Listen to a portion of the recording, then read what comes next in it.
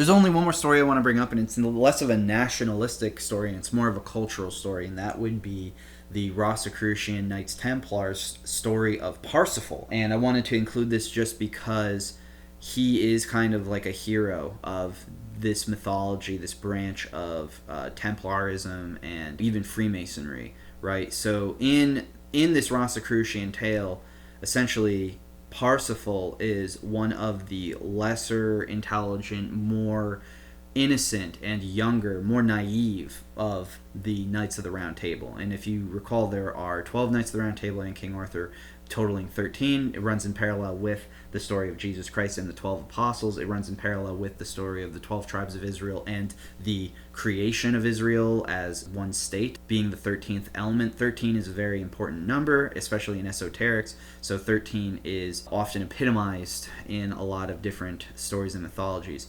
But King Arthur is tasked all his knights to go search for the Holy Grail. The Holy Grail, of course, being the sacred secretion cycle within the human body. But of course, in this story, it's a literal grail, which you fill with as like a chalice. Of course, this is in relation to the brain and the human body. But either way, King Arthur tasks his men to do this, and one of the only ones that's actually very successful in his journey and in his tale is Parsifal, or Percival, as he's often called. Now, Parsifal, again, young, naive, he has this whole wide story, a bunch of rigmarole stuff of things that happen to him. One point, there's some fisherman guy, and he does some stuff with that, and blah, blah, blah, blah, blah. Basically, I want to get to one specific point, and that is after Parsifal goes on his tale. He goes all over the place, searches for this stuff. There's all these different analogies for the scent of fish, which is something which runs kind of in parallel with the sacred secretion process, because there is some people who say the oil smells like a fishy substance, or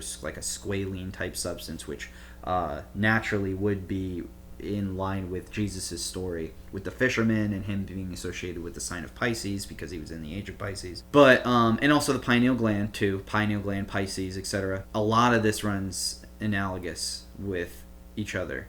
And so Parsifal gets the Holy Grail, he finds it, and on his way back to deliver it to King Arthur, he is stopped. And the form that Satan essentially takes to stop him from delivering the Holy Grail to King Arthur is the form of a lustful woman, a beautiful woman, a very gorgeous woman who wants to lay with Parsifal.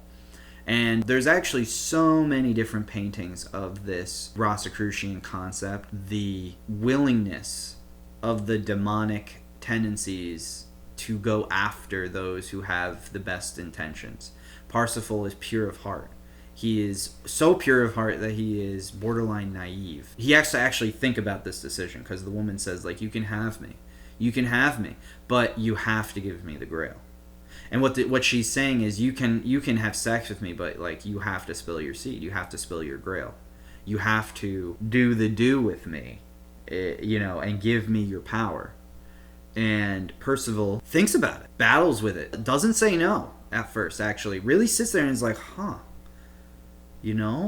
I could give her this, and then I could have my way with her, and I kind of want that. But he eventually overcomes his demons, he overcomes that, and rejects her, to which she turns back into an ugly demon. And then he delivers the Grail to King Arthur, and he is presumed as a wise sage. He's actually brought up as like this old wise sage, and he goes on to live for a very, very, very long time. Some even say that he's immortal. But he goes to live for a very long time afterwards. He does get married. He does get married, and it's to this woman that he falls very much deeply in love with, and there is a beautiful relationship there. And this is an entire analogous story of men falling to their perversions, men who want to become good and do good things in this world, falling to their perversions, falling to their demons, and not becoming the best versions of themselves. And of course, King Arthur, being that 13th element, he kind of represents, in a sense, that Jiminy Cricket, that Jesus Christ, that Christ consciousness. Hey, go get this Grail for me. And then, Percival is there. He's kind of this dopey kid. He walks around. He does all this cool adventuring, and he fights some battles, and then he gets this Grail, and then the Satan comes in the form of a woman and says, like, hey, just squander that. Just waste it all. Just forget about it.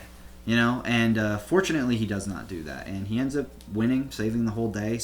He gets the Holy Grail, he gets the girl, and he lives the rest of his life in happiness. And that's, I think, a very important story just from a Templar perspective.